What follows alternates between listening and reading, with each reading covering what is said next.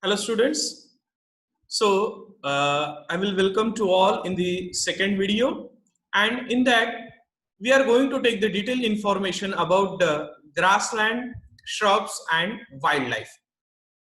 As we have already taken the information about the types of forest, in that we have taken the detailed information that what are the different types of forest are exist.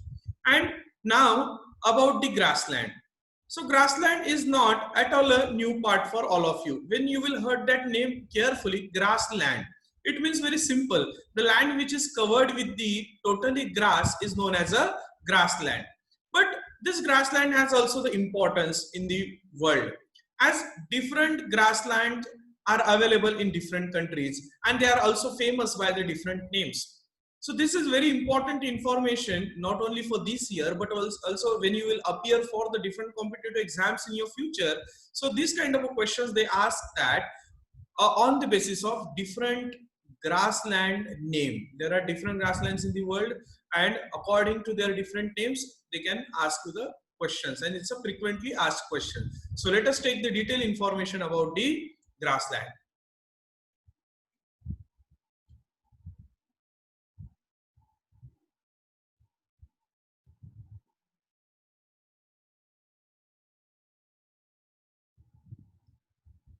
Now, grassland, from the name, I told you that it's a very easy to understand. Okay, from the name itself, you will understand that what is exactly the grassland. Grassland are the areas where the vegetation is mainly the grass. There is no any other trees, plants, only the grass.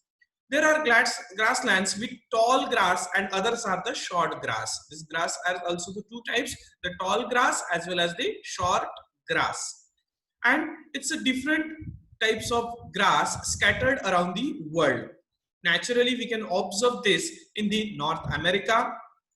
Grasslands are called as a prairies. As I told you, the names of the grasslands in the different parts of the world are very important. In North America, the grasslands are called as a prairies. In South America, the grasslands are called as pampas. Veld is a name of grassland in South Africa, and in Northern Africa, you find the savannas. Savannas is also the name of the grassland, which is a tropical grassland. Now, as we have seen the different types of forest, okay, as we have seen the different types of forest on the basis of tropical and temperate, the same way grassland is also available in tropical areas, temperate areas, and the thorny bushes. Definitely thorny bushes means the desert area. Okay, let us take the detailed information about the tropical grassland. Tropical grassland means, now tropical means the area near the equator, near the tropical region, that is called as a tropical grasslands. Means the grasslands which is there in the near the equator, that is called as a tropical grassland.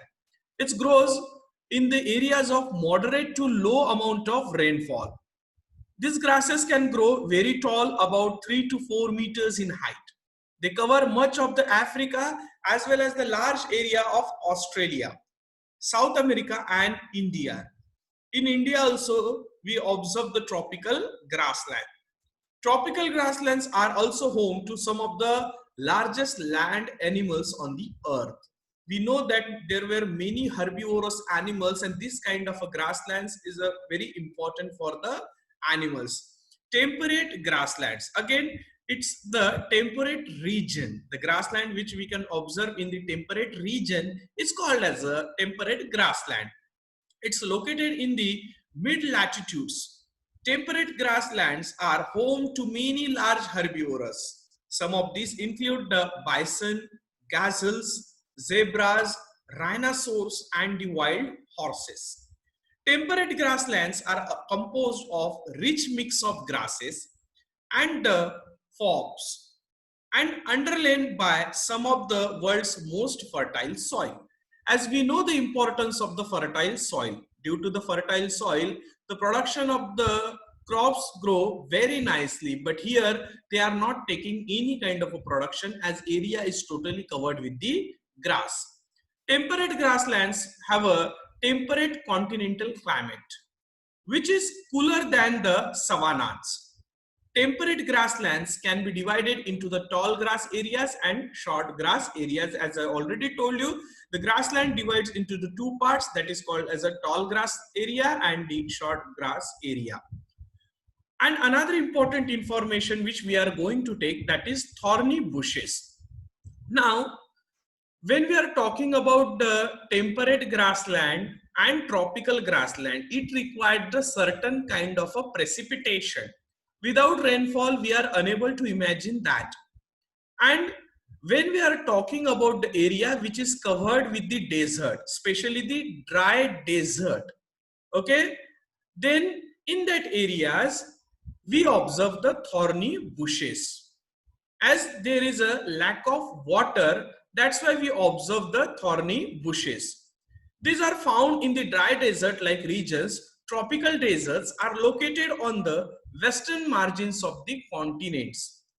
The vegetation cover is scarce here because scanty rains and the scorching heat. We know that extreme heat and lack of water is the main cause of the thorny bushes.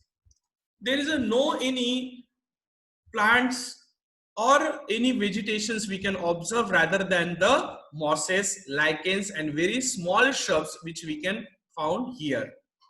And this is also called as a tundra type of vegetation. This is also called as a tundra type of vegetation which we can observe in the desert area. Now, we are going to take the detailed information about the importance of wildlife. Now, when we are talking about the wildlife, then what is the importance of this wildlife? The first very importance of the wildlife is to maintain the ecological balance of the nature. As we know that suppose we want to go in the forest, we are keeping fear in our mind about the wild animals. Otherwise, we can enter freely and we can even cut the forest. But we are not supposed to do that. Why? Because of the fear which we are keeping about the wildlife.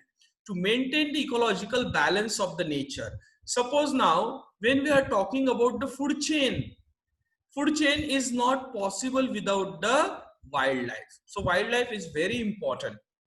Second, it has economic value. Whatever the things we are getting from the forest, it might be the wood, that is the timber, which is important for paper, gums, etc.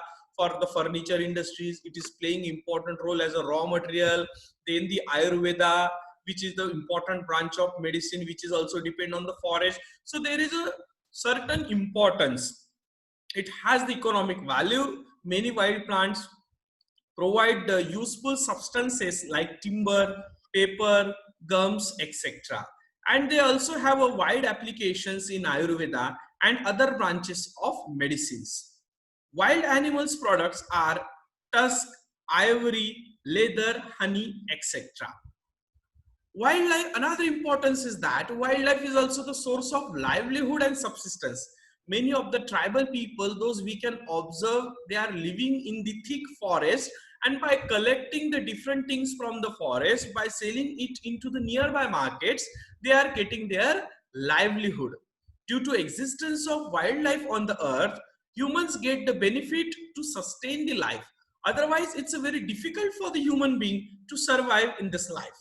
Wildlife plays an essential role in ecological and biological process that are yet again the significant to life. Yes, it's very important.